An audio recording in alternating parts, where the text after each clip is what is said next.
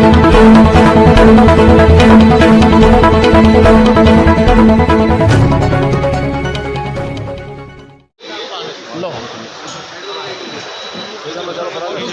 करो, मैं खींच रहा हूँ भाई साहब, इधर भी देखते हैं। एक आराम से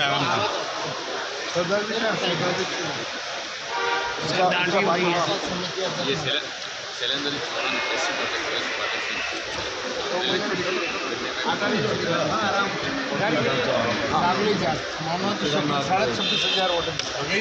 हाँ हाँ बाबूलाल जी आप भी मंच पे बता रहे हो तो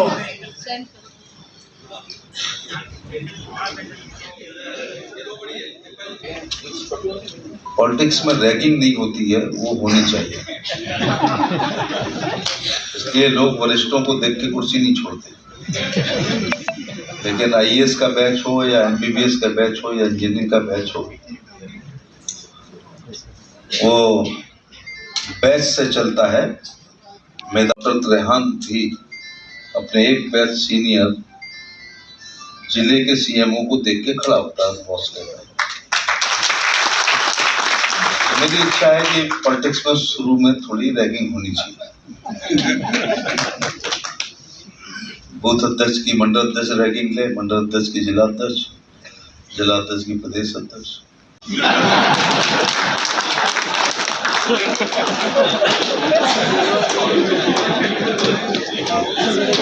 मैंने तो उसको कॉपी पेस्ट कर दिया। देवियों सज्जनों, पत्रकार साथी, मेरा बहुत ही सौभाग्य है। मैं पार्टी का धन्यवाद देना चाहूंगा कि देश में एक जगह मंत्री को प्रेस के लिए जाना था, मुझे मुंह मांगी मुराद मिल गई है कि मुझे उदयपुर आना पड़ा। श्रीनाथ जी के दर्शन होंगे, ये अलग बात है कि हमारे गोवर्धन से ही आए हैं, इस इलाके की थोड़ी थोड़ी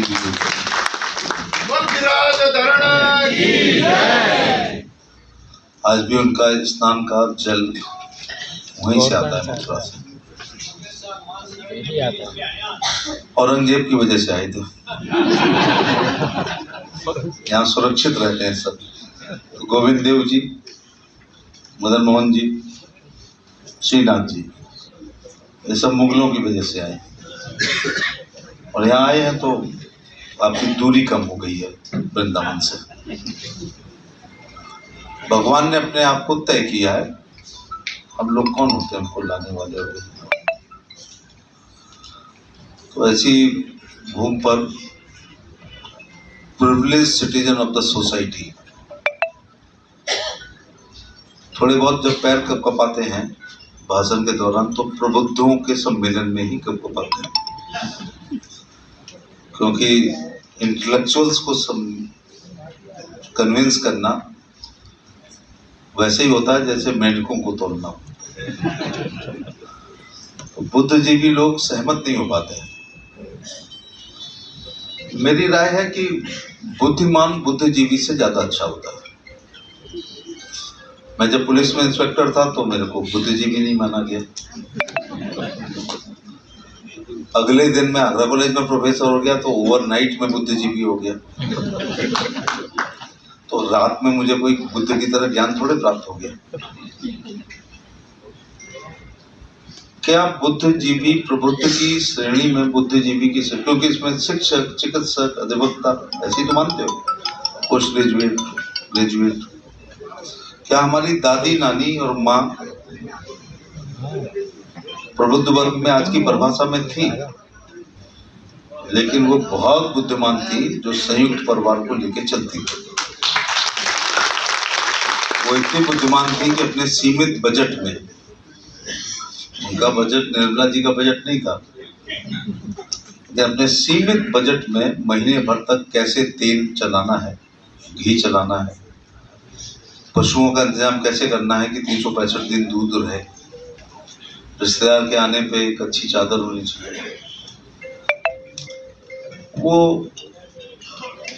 बुद्धिमान महिलाएं थी हमारी माँ, दादी, नानी। और कोई ग्रेजुएट से ज्यादा अच्छी थी और अच्छी अर्थशास्त्री थी वो। मैं हमेशा कहता हूं कि व्यक्ति को बुद्धिमान होना चाहिए। बुद्धिजीवी की परिभाषा में आके जरूरी नहीं है कि हम बुद्धिमान हों। बुद्धिमान के लिए शिक्षा भी जरूरी नहीं है। कई निरक्षर राजाओं ने बहुत अच्छा प्रशासन किया। तो मुझे बजट के लिए कहा गया है, और आप इंटेलेक्चुअल से ये क्लास इलेक्शन में अगर आपके साथ आ गई, ये क्लास, तो आपका चुनाव बहुत आसान हो जाता है। और अगर ये आपके खिलाफ है, क्योंकि इनकी समाज में साख है, वैल्यू है, इमेज है, छवि है, तो ये एक अपना वोट आपके खिलाफ नहीं डालेंगे। इसको एक कभी मत मानना। ये सब लोग 100-100, 200 को कन्विंस करने की क्षमता रखते हैं। पूरा गांव आए वकील साहब के पास कि वकील साहब को वोट डालना है, तो वकील साहब जरूरी नहीं है पूरे ट्रैक्टर से भरे हुए लोगों की बात मान रहे हैं, लेकिन एक वकील पूरे गांव को कन्विंस कर सकता है। पूरा गांव आए, प्रतिष्ठित डॉक्टर से कहे कि हमारे मित्र हैं वकील साहब को वोट डालो, जरूरी नहीं है, लेकिन एक चिकित्सक 1000-2000 लोगों को कन्विंस कर सकता है। ऐसे ही 50 लोग शिक्षक को कन्विंस करने आए तो कन्विंस नहीं कर सकते, लेकिन एक शिक्षक कन्विंस कर सकता है हजारों लोगों को। ऐसे ही वर्ग से मैं अपनी बात कर रहा हूँ। इलेक्शन में क्या होता है, बीवी क्या पूछती, कहाँ जा रहे हो, कन्विंसिंग करने। सुबह एकदम कुर्ता पैजामा दुपट्टा उपट्टा डाल के फोन करते हैं, भाई गाड़ी भेजो। गाड़ी आती, कहाँ जा रहे हो, कन्विंसिंग करने, और शाम तक कन्विंस एक को भी नहीं किया। जब शाम तक कन्विंस नहीं किया तो कन्विंसिंग में क्यों गए? तो पहले तो आप कन्विंस हो तब कन्विंसिंग कर सकते हैं। इसलिए ये जो भी लोग हैं इनका कन्विंस होना जरूरी है, तब जाके ये दूसरे को कन्विंस कर पाएंगे। विचारों के युद्ध में पुस्तकें ही अस्त्र हैं, और गजब के बुद्धिजीवी होते हैं। पार्लियामेंट में जब मैं किसी विषय पर जेठमलानी जी को बोलते देखता था, एकदम सही कह रहे हैं, और वो बैठे हो कपिल सिब्बल खड़े हुए, अरे एकदम ये भी बहुत सही कह रहे हैं। रविशंकर खड़े हुए हैं, बहुत ही शानदार कह रहे हैं। फिर उधर से अभिषेक मनु सिंह भी खड़े हुए हैं, अरे साहब ये तो बहुत ही शानदार कह रहे हैं। तो है क्या, ये आम को हम तो कहेंगे सत्ता पक्ष की आम ही है, लेकिन कुछ बंदे ऐसा कर देते हैं कि उसको नीम साबित कर देते हैं। तीन वोट होता है, वो इनके चक्कर में आ जाता है, वो नीम समझ के फिर हमको वोट नहीं डालता है। ये बुद्धिजीवियों की विशेषता है। बजट पर ऐसा लगता है हम तो अच्छा है, मेरे राजनीतिक जीवन का ये सबसे अच्छा बजट है, लेकिन मेरे राजनीतिक जीवन के जितने भी 25, 26, 27 बजट पेश हुए हैं, उसमें इसको मैं द बेस्ट मानता हूँ। क्योंकि ये वाला बजट साल भर का नहीं है। इसमें लिखा है 25-26, मुझे तो 2047 दिखाई पड़ रहा है। इनको ब्लेम नहीं कर रहा हूँ, मेरे गुनाह, पॉलिटिशियन के अपने गुनाह है। टाइम पे खाना नहीं, टाइम पे सोना नहीं, आप एक दरखास्त लिख जाते हो और टेंशन दे जाते हो। एक आध कोई बचा होगा बीपी या डायबिटीज से, अभी कितने दिन हुए, हो जाएगी, हो जाएगी, हमारे क्लब में शामिल हो जाओगे। कारण है उसका, उसके कारण।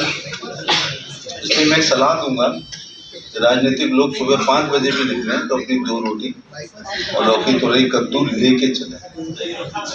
5 बजे क्या खाओगे यार, लेकिन लेके चले, ऐसी मेरी सलाह है। वरना दिन भर फिर पिज्जा, बर्गर, चाउमीन, मोमोज खाने पड़ेंगे।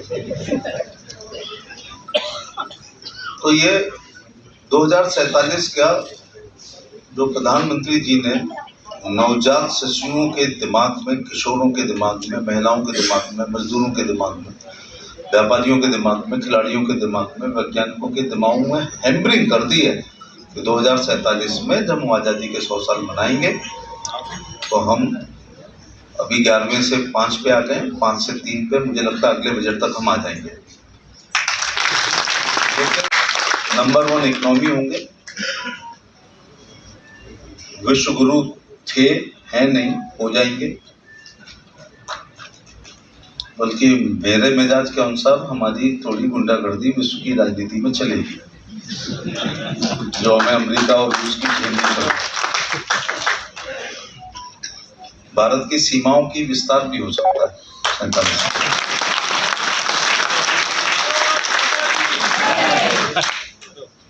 और अपना वाला तो ले ही लेंगे जितना हमारा है। उसकी नींव, उसका रोड मैप मुझे इस बजट में दिखाई पड़ रहा है। तो आपके जो किले हैं, जो मैंने देखे, जयपुर, जोधपुर, उदयपुर, अगर इनकी बुनियाद मजबूत नहीं होती तो कंगूरे गिर चुके होते। तो 2047 के विकसित भारत के कंगूरे की बुनियाद नरेंद्र मोदी जी ने डाल दी। हाँ, दिल्ली में हो गया ना। और आने वाली कोई भी सरकार होगी अब इससे पीछे नहीं जा पाएगी। 6 लाख 7 लाख तक था ना इनकम टैक्स फ्री, 12 लाख 7.5 कर देते तो भी एक टॉकिंग पॉइंट मिल जाता कि भाई 7 लाख से 7.5 लाख कर दिया। 8 में तो आप बहुत खुश हो जाते, तो सीधे 12 किया है। और इसके पीछे भी एक बहुत सोची समझी है राजनीति। मेरी बीवी का पार्लर इस साल तक 7 लाख रुपए कमाता था, समझ गए ना। मुझे लग रहा है कि अगले साल वो जो भरेगी नहीं, लेकिन 11,99,000 सैलरी स्लिप में पकड़े जाएंगे पार्लियामेंट में। लेकिन अब गोलगप्पे वाला भी, अंडे वाला, केले वाला, ठेले वाला, पास्ता, पिज्जा, बर्गर, चाउमीन वाला भी अब 11,99,000 पे पहुंचेगा। टैक्स नहीं लगेगा, लेकिन 11 लाख ATR तो भरना पड़ता है ना, वो तो भरना पड़ता है। तो ये उसकी वाइट हो जाएगी। जब उसकी साल में 12 लाख हो जाएगी तो मकान बनाएगा, तो पैसे से सीमेंट खरीदेगा, लोहा खरीदेगा, ईंट खरीदेगा, बच्चों के लिए 4 व्हील खरीदेगा, बाजार जाएगा, शॉपिंग करेगा। पैसा मार्केट में आएगा। मनी विच मनी डज, मुद्रा वो जो मुद्रा का कार्य करें, मनी रोटेट, चलायमान होनी चाहिए। एकदम आप देख लेना, स्टैंडर्ड ऑफ लिविंग एकदम बढ़ जाएगा। क्योंकि अभी बस खा पी रहे थे, कुछ शॉपिंग कर पा रहे थे, लेकिन अचल संपत्ति नहीं खरीद पा रहे थे। अगर दोने गिन लो ना, किसी बढ़िया, यहाँ क्या बोलते हो बतासे, पानी के क्या बोलते हैं, गोलगप्पे, गोलगप्पे के दोने गिन लेना किसी दिन शाम को। अगर 1,500 दोने डले हैं तो समझ लो उसमें 20 का गुणा कर देना। इतने रुपए इनकम है, लेकिन नहीं दे रहे, अब वो देंगे। तो ये एक अच्छा बजट है। प्रधानमंत्री का दिल के बहुत करीब एक सपना है कि किसानों की आय को दुगना किया जाए। खेती से हो रहा होता तो हम अरबपतियों का देश होते। पीढ़ी दर पीढ़ी दर पीढ़ी मुझे लगता खेती ही कर रहे हैं। खेती घाटे की थी। यदि खाद, बिजली, पानी, DAP, यूरिया, कीटनाशक लिख लें और अपने खेत में अपने काम करने के भी 250 रुपये जोड़ने चाहिए। दूसरा, घर में किसी को माफी नहीं करता है किसान। जो 5-8 साल का बच्चा है तो उससे कहते हैं पशु को यहाँ से वहां बांध दे। और हमारे इलाके में कोई 70 साल के हैं तो कहते हैं ट्यूबवेल पे जाके सो, खांसोगे तो चोर चोरी नहीं करेंगे। इस काम के लिए दूसरे को कहोगे तो 15,000 रुपये मांगेगा। तो यहाँ किसान के यहाँ 70 साल वाले को माफी, ना 7 साल वाले को माफी। इसकी खुशहाली का रास्ता तेजी से MSME होके जाता है। ये हमारा दूसरा इंजन है। अब मैं बहुत आंकड़े में नहीं जाऊंगा कि कितने करोड़ था, कितना करोड़ कर दिया। तीसरा, इन्वेस्ट नहीं करेंगे तो क्या होगा? तो तीसरा इंजन है निवेश। और चौथा है आयात तो खत्म ही हो जाना चाहिए, निर्यात। ये 4 इंजन। सुई ना बनाने वाला देश आजकल निर्यात कर रहा है। सारी बातें तो छोड़ो, मेरी मछली 60,000 करोड़ निर्यात हो रही है, और धान और गेहूं से ज्यादा। FMD मुक्त अगर भारत हो जाए ना, फुट एंड माउथ डिजीज, खुरपका मुंह पका, तो दूध में हम नंबर 2 पे हैं, तो फिर हमारा ये निर्यात हो जाएगा। उस दिन किसान की हालत ठीक हो जाएगी। खेती कब है आपकी? जब अति वर्षा से बचे, अनावृष्टि से बचे, ओले से बचे, कोहरे से बचे, पाला से बचे, नील गाय से बचे, जंगली जानवरों से बचे, आवारा गायों से बचे, तब जाके खेती आती है। इसलिए परंपरागत थोड़ी चीजें छोड़ दिया है ना। घूंघट प्रथा कम हो गई ना, सती प्रथा आपके यहाँ से बंद हो गई ना, जौहर नहीं हो रहा है ना, बाल विवाह खत्म हो गए ना। आप तो प्रसिद्ध थे, पेट में ही शादी कर लेते थे। तो ये सब राजस्थान ने किया है ना। मुझे आखिरी याद है, मैं 9th में पढ़ा था, सती प्रथा, राम कुंवर नाम, ऐसा कुछ नाम, रूप कुंवर, 73-74 की बात है। तो आप अच्छा 84-85, तब तो मैं पुलिस में आ गया था। तो आपने पर्दा कम किया है ना, जौहर की जरूरत नहीं है, स्वराज है, सती प्रथा बंद हुई है, बाल विवाह बंद हुए, विधवा विवाह शुरू हो गए, महिला स्कूल भेजने लगे, तो फिर परंपरागत खेती भी छोड़ो, निवेश भी हो गया और निर्यात, लगभग हर चीज निर्यात। आजकल हम हथियार निर्यात कर रहे हैं। हमने चाइना का युद्ध 1962 में 303 की ये साथ मस्कट से लड़ा था और PT सूटन के लड़ा था। आजकल हमारा DRDO रक्षा मंत्री जी के नेतृत्व में, प्रधानमंत्री जी के, हम निर्यात कर रहे हैं छोटे मोटे देशों में। तो ये है इस बजट की 4 स्तंभ, 4 इंजन। दूसरा, पुरानी योजनाओं को आगे रखना है। सड़क पर शौच करती हुई महिला को किस व्यक्ति ने नहीं देखा था? सोनिया जी की तरह इटली के तो नहीं हो ना आप लोग, यही। और उनको खड़े होते हुए किसने नहीं देखा था? महिला बैठती थी, दादी नानी, सूर्य उदय से पहले जाती थी। मेरी तरह थोड़ा वर्णन योजनाओं का करो। खाली 11 करोड़ शौचालय कुछ नहीं कर, जब तक उसका महत्व नहीं बताओगे कि सड़क पर बैठती थी, सूर्य उदय से पहले जाती थी, सूर्यास्त के बाद जाती थी। इस अंधेरे का लाभ बदमाशों ने भी उठाया और जितने गलत काम हुए हैं वो सब शौच जाती हुई महिला के साथ हुए। बैठी होती थी। आपने कभी पुरुषों को ग्रुप में शौच करते हुए खेत में देखा है? महिलाओं को क्यों देखते हो? इनसिक्योर महसूस करती है। ऐसा नहीं है कि उनको लज्जा नहीं है। मैं अक्सर देखता था 10 महिलाएं बैठी हैं। यह अलग बात है कि वहाँ सास ननद की बुराई भी होगी, लेकिन वो ग्रुप में क्यों जाती थी अब समझ में आया, क्योंकि असुरक्षित महसूस करती थी। ऐसे जरा वर्णन करो कि आसान बात नहीं है, शौचालय छोटी चीज नहीं है। खप्पर में, टिन में, पॉलीथिन में, और मैं कभी कभी दिल्ली में देखता हूँ सीमेंट के पाइप में, बड़े पाइपों में सोते हुए लोगों को देखा सबने। लेकिन प्रधानमंत्री ग्रामीण आवास जो है और शहरी आवास नरेंद्र मोदी जी ने बनाने का था। एक शेर याद आता है कि हमने तो खाना बदोश की जिंदगी जी ली है रब, अगली नस्लें तो ना भटके, उन्हें घर भी देना।